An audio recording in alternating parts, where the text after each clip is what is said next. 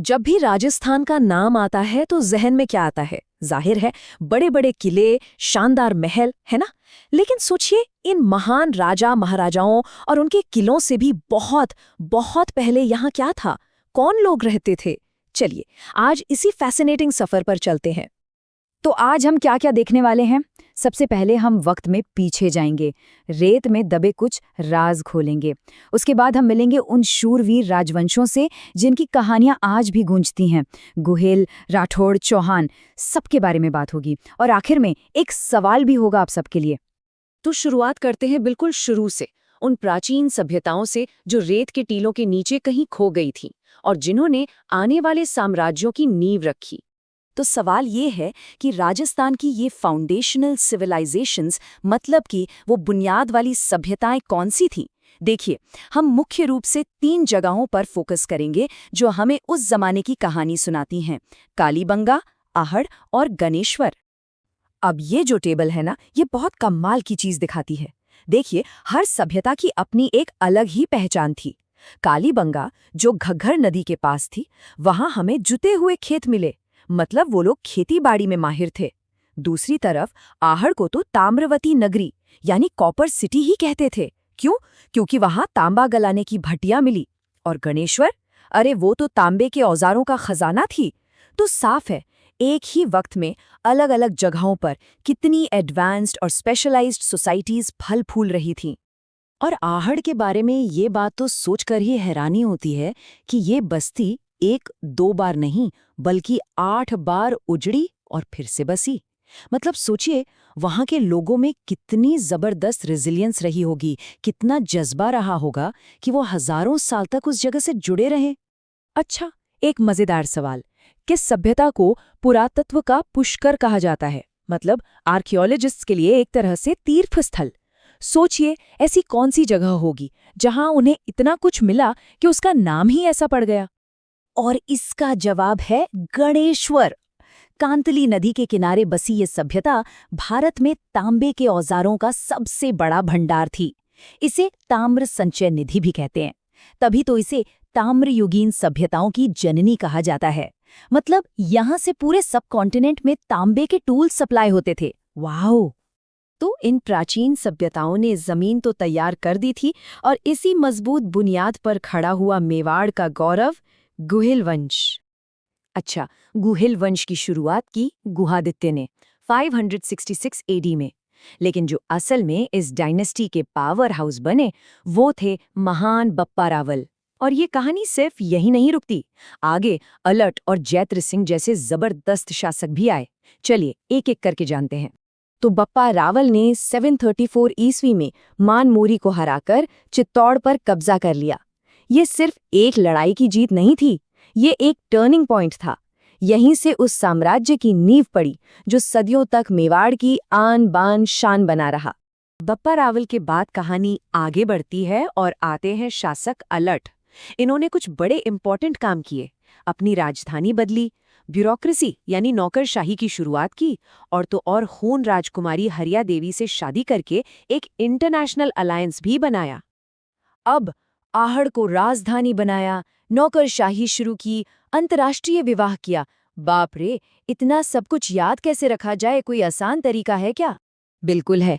ये रही अल्ट की ट्रिक। अ से अलट, आ से आहड़ को बनाया कैपिटल, अंग से किया अंतर्राष्ट्रीय विवाह, और आलसी नहीं, मतलब उन्होंने नौकरशाही शुरू की। तो हो गया ना याद, अलट, आहड़ और अंतर्राष्ट्रीय विवाह। सिंपल। चलिए अब कहानी को थोड़ा और आगे बढ़ाते हैं। लगभग 1 सदी बाद गुहिल वंश के सामने एक बहुत बड़ी चुनौती आई, एक ऐसा युद्ध जो उनके वजूद की परीक्षा लेने वाला था। ये था भूताला का युद्ध। एक तरफ थी मेवाड़ के जैत्र सिंह और दूसरी तरफ थी दिल्ली सल्तनत की विशाल सेना, जिसका नेतृत्व कर रहा था सुल्तान इल्तुतमिश। मुकाबला जबरदस्त था, और इस महामुकाबले का नतीजा क्या निकला? जीत हुई जैत्र सिंह की। इस एक जीत ने मेवाड़ की ताकत का लोहा पूरे उत्तर भारत में मनवा दिया। तो एक तरफ मेवाड़ में गुहिल वंश अपना परचम लहरा रहा था, लेकिन राजस्थान की कहानी किसी एक वंश की कहानी नहीं है। चलिए अब पश्चिम की ओर चलते हैं। मारवाड़ के रेतीले धोरों में, जहां एक और वीर वंश अपनी धाक जमा रहा था, राठौड़ वंश। इस वंश की नींव रखी राव सिंहा ने। फिर आए राव जोधा, जिन्होंने खूबसूरत जोधपुर शहर बसाया। और इस सिलसिले में राव मालदेव और राव चंद्रसेन जैसे योद्धाओं को कौन भूल सकता है, जिनका नाम आज भी शौर्य और स्वाभिमान के साथ लिया जाता है। खासकर राव मालदेव की बात करें तो फारसी इतिहासकारों ने उन्हें हस्मत वाला शासक कहा, जिसका मतलब होता है शक्तिशाली शासक। और क्यों ना कहें, उन्हें 52 युद्धों का विजेता भी कहा जाता है। कमाल है ना। गोहिल और राठौड़ों के बाद अब बारी है उस राजवंश की जिसकी कहानी सिर्फ राजस्थान ही नहीं बल्कि पूरे उत्तर भारत के इतिहास का एक अहम हिस्सा है। जी हाँ, हम बात कर रहे हैं चौहानों की। चौहान वंश की शुरुआत वासुदेव चौहान ने 551 ईस्वी में की थी। और बिजोलिया शिलालेख से एक बहुत ही इंटरेस्टिंग बात पता चलती है। इसके अनुसार जो मशहूर सांबर झील है ना, उसका निर्माण भी इन्होंने ही करवाया था। और इस वंश के सबसे प्रतापी और प्रसिद्ध शासक हुए पृथ्वीराज चौहान तृतीय। उनका नाम तो सबने सुना होगा। उन्हें राय पिथौरा और दल पंगुल जैसी उपाधियां मिली थी। दल पंगुल का मतलब होता है विश्व विजेता। ये उपाधियां ही उनके पराक्रम की कहानी कह देती हैं। तो हमने देखा कि कैसे प्राचीन सभ्यताओं की नींव पर इन महान राजवंशों ने एक ऐसा इतिहास रचा जिसने उस राजस्थान को आकार दिया जिसे हम आज जानते हैं। तो ये थी राजस्थान के इतिहास की एक झलक। सभ्यताओं से लेकर साम्राज्यों तक हर वंश और हर राजा की अपनी एक विरासत है। और इसी विरासत से जुड़ा है आज का सवाल। वो कौन सा शासक था जिसे मारवाड़ का भूला बिसरा राजा भी कहते हैं और मारवाड़ का प्रताप भी? सोचिए और अपना जवाब नीचे कमेंट्स में जरूर बताइए। नमस्कार। चलिए आज बात करते हैं कि हमारा आज का राजस्थान आखिर बना कैसे। हम उन जन आंदोलनों की कहानी में चलेंगे जिन्होंने इसकी नींव रखी और फिर देखेंगे वो 7 चरण जिनसे गुजरकर इसका एकीकरण पूरा हुआ। तो आइए इस ऐतिहासिक सफर पर साथ चलते हैं। सोचिए, 19 रियासतें, 3 ठिकाने, इतना कुछ बिखरा हुआ था। तो सवाल ये उठता है कि ये सब जुड़कर एक विशाल राजस्थान कैसे बना। चलिए इस दिलचस्प कहानी को परत दर परत समझते हैं। देखिए, एकीकरण की इमारत खड़ी होने से पहले उसकी नींव रखी जा रही थी। और ये नींव थी जन जागृति की एक जबरदस्त लहर जो उस वक्त की रियासतों में पनप रही थी। हाँ, तो ये आंदोलन 3 तरह के थे: किसान आंदोलन, जनजातीय आंदोलन और प्रजामंडल आंदोलन। अब ये प्रजामंडल क्या थे? ये आप कह सकते हैं उस जमाने के पॉलिटिकल ग्रुप्स थे, लोगों के संगठन जो रियासतों में एक जिम्मेदार सरकार की मांग कर रहे थे। इन सब की आवाज ने मिलकर एकीकरण की मांग को बहुत ज्यादा मजबूत कर दिया। और इन आंदोलनों का स्केल कितना बड़ा था, इसका अंदाजा आप बिजोलिया किसान आंदोलन से लगा सकते हैं। ये राजस्थान का सबसे लंबे समय तक चलने वाला, एकदम ऑर्गेनाइज्ड और सबसे बड़ी बात अहिंसक किसान आंदोलन था। इससे पता चलता है कि लोग बदलाव के लिए कितने पक्के इरादे वाले थे। तो ठीक है, माहौल तो बन गया था, पर असल में ये एकीकरण का इतना बड़ा काम शुरू कैसे हुआ? इसका पहला कदम था मत्स्य संघ का बनना। आइए इसी से शुरू करते हैं। अच्छा, अब पहले फेज में यानी मत्स्य संघ में कौन कौन सी रियासतें थीं, इसको याद रखने की एक बड़ी मजेदार और आसान सी ट्रिक है। और वो ट्रिक है ABCD। सिंपल। A से अलवर, B से भरतपुर, C से करौली और D से धौलपुर। हो गया याद? चलिए अब इस पहले चरण से जुड़ी कुछ खास बातें देख लेते हैं। जैसे कि इसका उद्घाटन 18 मार्च 1948 को हुआ। इसका नाम KM मुंशी जी ने सजेस्ट किया था। राजधानी बनी अलवर और राज प्रमुख बने धौलपुर के उदयभान सिंह। इसी ने, आप कह सकते हैं, आगे के सभी विलयों के लिए एक तरह का ब्लूप्रिंट तैयार कर दिया। लेकिन सुनिए, मत्स्य संघ तो सिर्फ एक शुरुआत थी। असली सफर तो बहुत लंबा था, पूरे 7 चरणों का, और ये रास्ता चुनौतियों से भरा हुआ था। तो ये देखिए, ये है वो पूरा सफर। 18 मार्च 1948 को मत्स्य संघ से कहानी शुरू हुई। फिर बस कुछ ही दिन बाद 25 मार्च को राजस्थान संघ बना। फिर अप्रैल 1948 में संयुक्त राजस्थान। सबसे बड़ा मोड़ आया 30 मार्च 1949 को, जब वृहद राजस्थान बना। फिर मई 1949 में संयुक्त वृहद राजस्थान। और आखिर में 1 नवंबर 1956 को बना हमारा आज का पुनर्गठित राजस्थान। और इस पूरे काम में कितना वक्त लगा? 8 साल, 7 महीने और 14 दिन।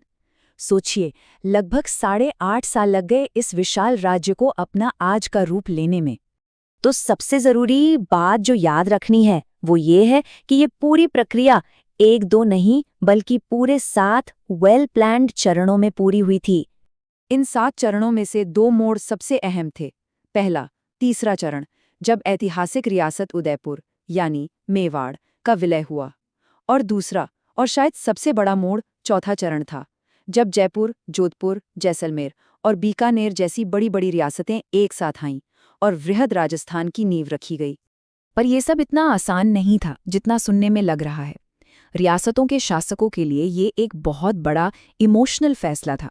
बांसवाड़ा के महारावल चंद्रवीर सिंह ने तो विलय पत्र पर साइन करते हुए कहा था, मैं अपने डेथ वारंट पर हस्ताक्षर कर रहा हूं। इस एक लाइन से अंदाजा लगाया जा सकता है कि उस वक्त माहौल कितना गंभीर था। तो चलिए अब सफर के आखिर में पहुंचते हैं और देखते हैं कि इस पूरे एकीकरण के बाद आधुनिक राजस्थान का एडमिनिस्ट्रेटिव स्ट्रक्चर यानी कि प्रशासनिक ढांचा कैसा बना। तो ये सफर आखिरकार 1 नवंबर 1956 को अपने 7वें और आखिरी पड़ाव पर पहुंचा। इसी दिन अजमेर, मिरवाड़ा, आबू रोड तालुका और सुनील टप्पा के इलाके भी राजस्थान में मिल गए, और तब जाकर राजस्थान को वो भौगोलिक नक्शा मिला जो हम आज देखते हैं। एकीकरण के बाद एक और बड़ी चुनौती थी संतुलित विकास की। ये तय किया गया कि सत्ता सिर्फ एक जगह सिमट कर ना रह जाए। इसीलिए जरूरी सरकारी विभागों को अलग अलग बड़े शहरों में बांटा गया। जैसे हाई कोर्ट जोधपुर को मिला, शिक्षा विभाग बीकानेर को, कृषि विभाग भरतपुर को और खनिज विभाग उदयपुर को। तो ये थी राजस्थान के एकीकरण की पूरी कहानी, एक बिखरे हुए प्रदेश का एक होने का सफर। पर ये कहानी हमें एक बड़े सवाल पर लाकर छोड़ देती है। भौगोलिक और राजनीतिक रूप से तो राजस्थान एक हो गया, लेकिन क्या इसकी असली ताकत, जो इसकी रिच कल्चरल और सोशल यूनिटी है, वो आज भी उतनी ही मजबूत है? इस पर सोचना तो बनता है। नमस्कार। 1857 की क्रांति, ये सिर्फ एक तारीख नहीं बल्कि एक ऐसी ज्वाला है जो इतिहास के पन्नों में आज भी धधक रही है। तो चलिए आज हम देखेंगे कि ये ज्वाला राजस्थान की वीर भूमि पर कैसे भड़की, और जानेंगे उन महान नायकों की कहानियां जिन्होंने अपनी तलवार और अपनी जान से इतिहास लिख दिया। अच्छा, तो इस पूरी कहानी को समझने के लिए हमारा सफर कुछ इस तरह रहेगा। हम शुरू करेंगे उस चिंगारी से जहां से ये सब शुरू हुआ, फिर चलेंगे उन जगहों पर जहां ये आग सबसे तेज थी, और हाँ, मिलेंगे उन जननायकों से जिन्होंने इस क्रांति को एक नई पहचान दी, और आखिर में हम इसकी विरासत पर भी बात करेंगे। तो बात है साल 1857 की। पूरे भारत में मतलब अंग्रेजों के खिलाफ एक जबरदस्त लहर उठ रही थी, और राजस्थान की धरती जो अपनी आन बान शान के लिए हमेशा से जानी जाती है, वो इस महासंग्राम से भला दूर कैसे रह सकती थी। चलो दिल्ली मारो फिरंगी। सोचिए जरा, ये सिर्फ एक नारा नहीं था, ये एरनपुरा छावनी के सैनिकों का वो हुंकार था, वो आवाज थी जो देखते ही देखते पूरे राजस्थान में विद्रोह का प्रतीक बन गई। विद्रोह की ये आग आप यकीन नहीं करेंगे कितनी तेजी से फैली। जो चिंगारी 10 मई को मेरठ में लगी थी ना, वो बस 18 दिनों के अंदर 28 मई को राजस्थान के नसीराबाद पहुंच गई, और फिर 21 अगस्त आते आते तो एरनपुरा के सैनिकों ने भी बगावत का बिगुल बजा दिया। अब यहाँ पर एक बहुत ज़रूरी सवाल आता है, और ये सवाल एग्जाम में भी अक्सर पूछ लिया जाता है। उस वक्त अंग्रेज़ों ने राजस्थान को कंट्रोल करने के लिए कितनी सैनिक छावनियां बना रखी थी? कोई अंदाज़ा है? सही जवाब है 6। जी हाँ, उस समय राजस्थान में कुल 6 ब्रिटिश सैनिक छावनियां थी।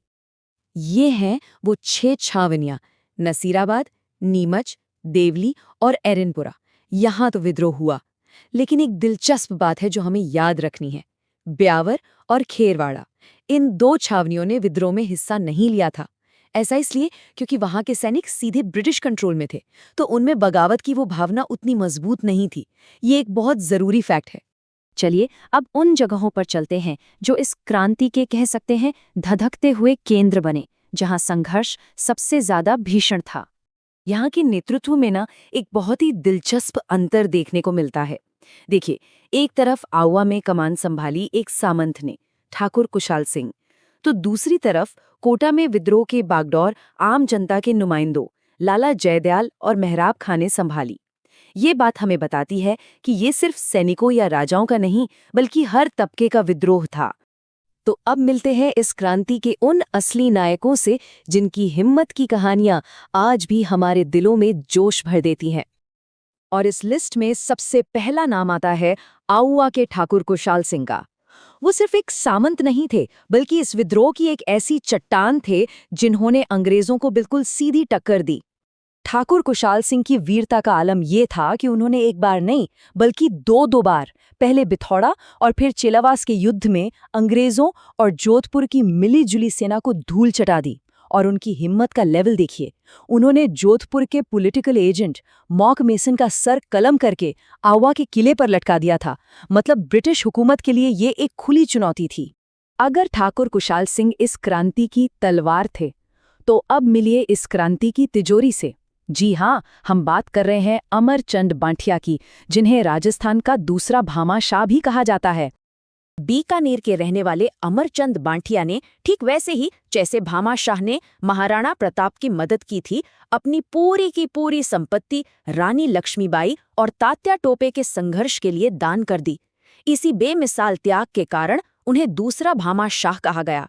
और दुख की बात यह है कि वे राजस्थान के पहले शहीद भी बने जिन्हें इस क्रांति में योगदान के लिए फांसी पर चढ़ा दिया गया। तो अब कहानी में एंट्री होती है राष्ट्रीय स्तर के एक महान क्रांतिकारी की, तात्या टोपे, जो मदद की आस में राजस्थान की धरती पर पहुंचे थे। तात्या टोपे मदद की उम्मीद लेकर राजस्थान आए और झालावाड़ पर कब्जा करने में कामयाब भी हुए। लेकिन कहते हैं ना, किस्मत ने उनका साथ नहीं दिया और मान सिंह नरूका नाम के एक जागीरदार ने उनके साथ धोखा कर दिया। और विडंबना देखिए, उन्हें जो फांसी दी गई उसे एक ब्रिटिश अधिकारी मेजर शावर्स ने ही गलत बताया था। हर क्रांति में कुछ ऐसे नायक होते हैं जो जनता के दिलों पर राज करते हैं। तो चलिए अब मिलते हैं सीकर के ऐसे ही दो लोक नायकों से जिन्हें लोग आज भी राजस्थान के रॉबिन हुड के नाम से जानते हैं। डूंगर जी और जवाहर जी, ये चाचा भतीजे की जोड़ी थी ही कमाल की। उनका काम था अमीरों और अंग्रेजों के खजानों को लूटना और सारा धन गरीबों में बांट देना। और जब उन्होंने नसीराबाद की छावनी को लूटा ना, तो वो सिर्फ एक लूट नहीं थी बल्कि ब्रिटिश सत्ता के मुंह पर एक जोरदार तमाचा था। कोई हैरानी की बात नहीं कि वो जनता के असली हीरो बन गए। 1857 का विद्रोह, भले ही उसे दबा दिया गया, लेकिन इसने आज़ादी की जो आग लगाई थी वो बुझी नहीं। ये आग पीढ़ियों तक अंदर ही अंदर सुलगती रही। अब हम लगभग 80 साल आगे चलते हैं और देखते हैं कि कैसे इसी आग ने 20वीं सदी में एक और क्रांतिकारी को जन्म दिया। मिलिए जैसलमेर के सागरमल गोपा से, एक ऐसा स्वतंत्रता सेनानी जिसने हथियार नहीं बल्कि अपनी कलम को क्रांति का औजार बनाया। सागरमल गोपा ने अपनी कलम से आज़ादी के दीवाने और जैसलमेर का गुंडा राज जैसी किताबें लिखीं और स्थानीय शासक के जुल्मों का पर्दाफाश कर दिया। लेकिन उनकी इस हिम्मत की उन्हें बहुत भारी कीमत चुकानी पड़ी। उन्हें जेल में ही जिंदा जलाकर शहीद कर दिया गया। चलिए अब फटाफट कुछ ऐसे फैक्ट्स को रिवाइज करते हैं जो अक्सर प्रतियोगी परीक्षाओं में सीधे सीधे पूछे जाते हैं। ये लिस्ट बहुत जरूरी है, तो इसे ध्यान से देखते हैं। कोटा में थे मेजर बर्टन, जोधपुर में मॉक मेसन, हाँ वही जिनका सिर काटा गया था, जयपुर में कर्नल ईडन, उदयपुर में मेजर शावर्स, भरतपुर में मॉरिसन और आखिर में सिरोही में थे जेडी हॉल। इसे अच्छे से याद कर लीजिएगा। तो इन सब कुर्बानियों और संघर्षों के बाद आखिर 1857 के विद्रोह ने राजस्थान को विरासत में क्या दिया, इसका क्या मतलब निकला? सबसे जरूरी बात यही है, भले ही 1857 के विद्रोह को अंग्रेजों ने बड़ी बेरहमी से कुचल दिया, लेकिन ये फेल नहीं हुआ। इसने आज़ादी की वो चिंगारी जलाई जो आगे चलकर एक मशाल बनी। इन नायकों की कहानियां सिर्फ इतिहास नहीं है, ये हमारी प्रेरणा है। और यहीं पर हम एक सवाल के साथ रुकते हैं। इन सभी महान नायकों में से किसकी कहानी सबसे ज्यादा प्रेरित करती है? क्या वो ठाकुर कुशाल सिंह का अदम्य साहस है, अमरचंद भाटिया का निस्वार्थ त्याग है, या फिर सागरमल गोपा का वो अविश्वसनीय बलिदान? अपने विचार नीचे कमेंट्स में जरूर बताइएगा। तो राजस्थान के प्रशासन में हाल ही में कुछ बड़े जबरदस्त बदलाव हुए हैं। कई अहम पदों पर नई नियुक्तियां हुई हैं। तो चलिए आज फटाफट समझते हैं कि ये नए चेहरे कौन हैं और इन बदलावों का मतलब क्या है राज्य के लिए। तो सवाल यही है कि राजस्थान की गवर्नेंस को शेप देने वाले ये नए लोग आखिर हैं कौन? आइए एक एक करके इन सभी जरूरी अपॉइंटमेंट्स को थोड़ा करीब से जानते हैं। शुरुआत करते हैं सबसे बड़े एडमिनिस्ट्रेटिव पद से, मतलब वो पद जो राज्य की पूरी ब्यूरोक्रेसी को चलाता है। सरकार की पॉलिसीज को जमीन पर लाने की सारी जिम्मेदारी इन्हीं पर होती है। जी हां, बात हो रही है चीफ सेक्रेटरी की। तो भाई, राजस्थान को अपना नया टॉप ब्यूरोक्रेट मिल गया है। कौन है वो शख्स जो अब इस बेहद पावरफुल कुर्सी को संभाल रहे हैं? ये नंबर जरा ध्यान में रखने वाला है, 46। मतलब इनसे पहले 45 लोग इस पद पर काम कर चुके हैं। ये अपने आप में राज्य के एडमिनिस्ट्रेटिव इतिहास की एक लंबी विरासत को दिखाता है। और ये हैं वी श्रीनिवासन, अब से राजस्थान के चीफ सेक्रेटरी, यानी राज्य के पूरे एडमिनिस्ट्रेटिव सिस्टम के हेड। और इन्हें आसानी से याद रखने के लिए एक मजेदार ट्रिक है। श्रीनिवासन, सोचिए एक सीनियर अधिकारी जो अब एक ऊंचे आसन पर बैठे हैं। अच्छा, टॉप एडमिनिस्ट्रेटिव पद के बाद अब बात करते हैं एक ऐसे मिशन की जो हम सबसे सीधे तौर पर जुड़ा है, और वो है स्वच्छता। चलिए देखते हैं कि इस बड़े मिशन को लीड करने के लिए नया चेहरा कौन बना है। जी, स्वच्छ भारत मिशन को राजस्थान में एक नया चेहरा मिल गया है। उम्मीद है कि ये जरूरी अभियान को और भी रफ्तार देंगे। तो ये हैं के गुप्ता। खास बात यह है कि उन्हें स्वच्छ भारत मिशन शहरी का ब्रांड एम्बेसडर बनाया गया है, और उनका पिछला काम, खासकर डूंगरपुर को स्वच्छता में नंबर 1 बनाना, ये दिखाता है कि अब पूरे राज्य के शहरों को साफ सुथरा बनाने पर कितना जोर रहेगा। और हाँ, मेमोरी ट्रिक भी बढ़िया है। के गुप्ता हर कोने को गंदगी से गुप्त रखेंगे। चलिए अब एक ऐसे डेवलपमेंट की बात करते हैं जो आने वाले समय में शायद राजस्थान का नक्शा ही बदल दे। राज्य के जो नए जिले बने हैं ना, उनके भविष्य को लेकर एक बड़ी समीक्षा चल रही है, और उसकी लीडरशिप भी अब बदल गई है। याद है, पिछली सरकार ने कई नए जिले बनाए थे। अब एक स्पेशल कमेटी इस फैसले को फिर से परख रही है। तो सवाल यह है कि इस इंपॉर्टेंट कमेटी की कमान अब किसके हाथों में है? तो देखिए, यहां लीडरशिप में बदलाव बिल्कुल साफ है। पहले उप मुख्यमंत्री प्रेमचंद बैरवा इसके संयोजक थे। उनके हटने के बाद अब 18 दिसंबर 2024 से मदन दिलावर को इस कमेटी का नया संयोजक बना दिया गया है। मतलब इस कमेटी की सिफारिशें राजस्थान के एडमिनिस्ट्रेटिव मैप को एक नया रूप दे सकती हैं। और ट्रिक के हिसाब से कहें तो मदन दिलावर ही जिलों के भविष्य पर कोई फैसला दिलावर सकते हैं।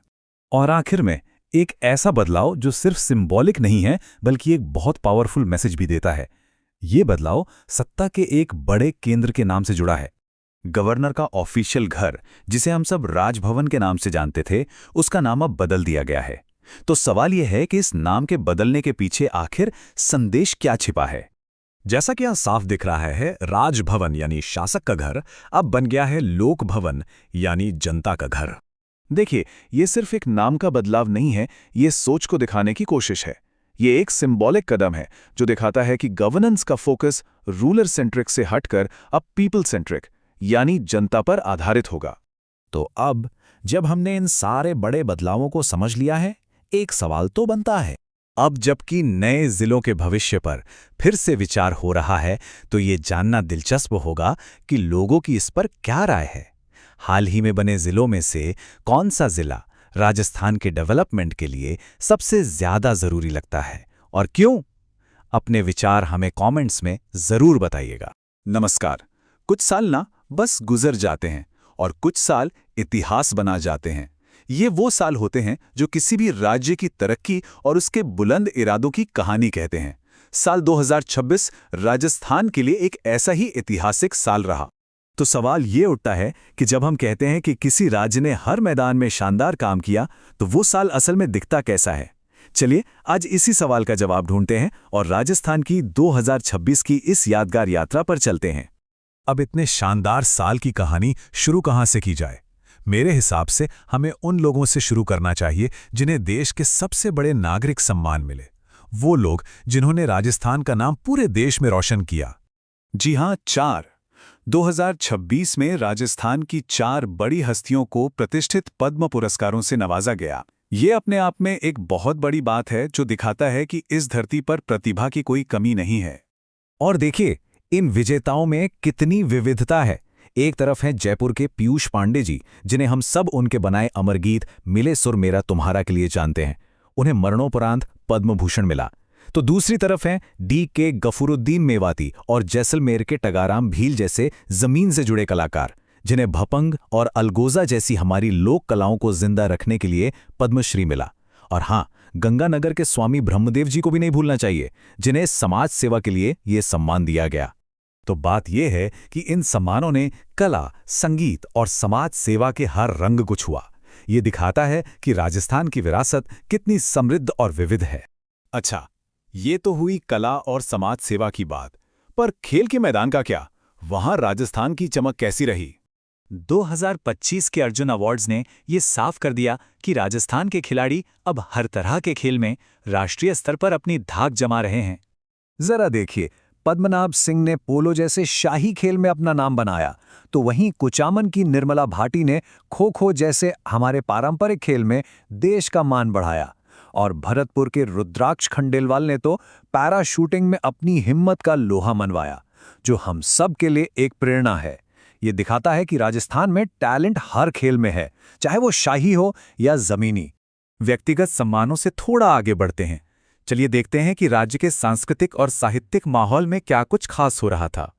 राजस्थान की असली पहचान तो उसके त्योहारों से है। 2026 में जैसलमेर के मरु महोत्सव और बीकानेर के ऊंट महोत्सव ने एक बार फिर दुनिया को अपने रंग दिखाए।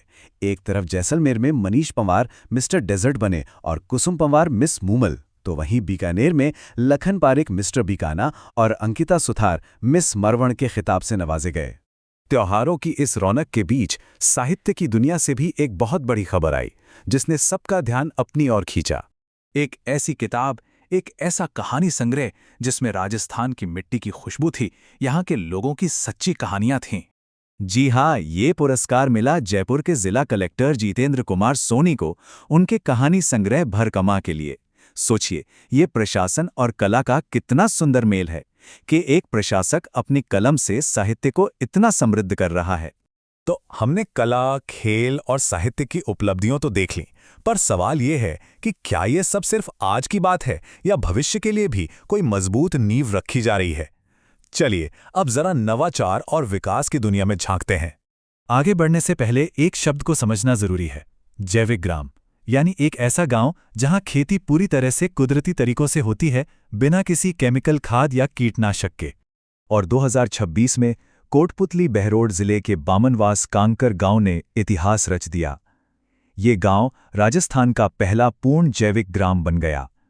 ये सिर्फ पर्यावरण के लिए ही नहीं, बल्कि राज्य के किसानों के लिए एक स्वस्थ और टिकाऊ भविष्य की तरफ एक बहुत बड़ा कदम है।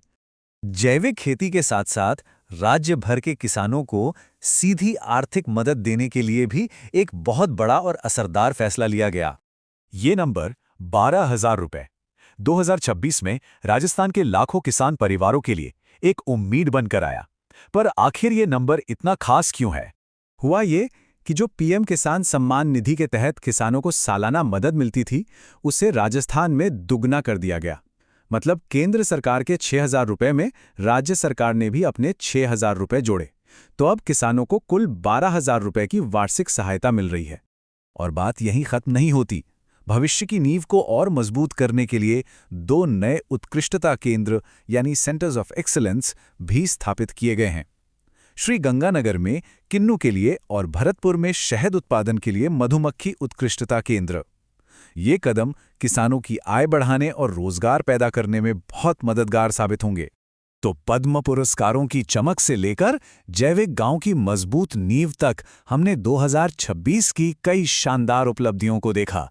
अब आखिर में एक सवाल सोचना तो बनता है कि इन सब में से वो कौन सी एक उपलब्धि है जो आने वाले सालों में राजस्थान के भविष्य पर सबसे गहरा असर डालेगी? इस पर विचार जरूर कीजिएगा।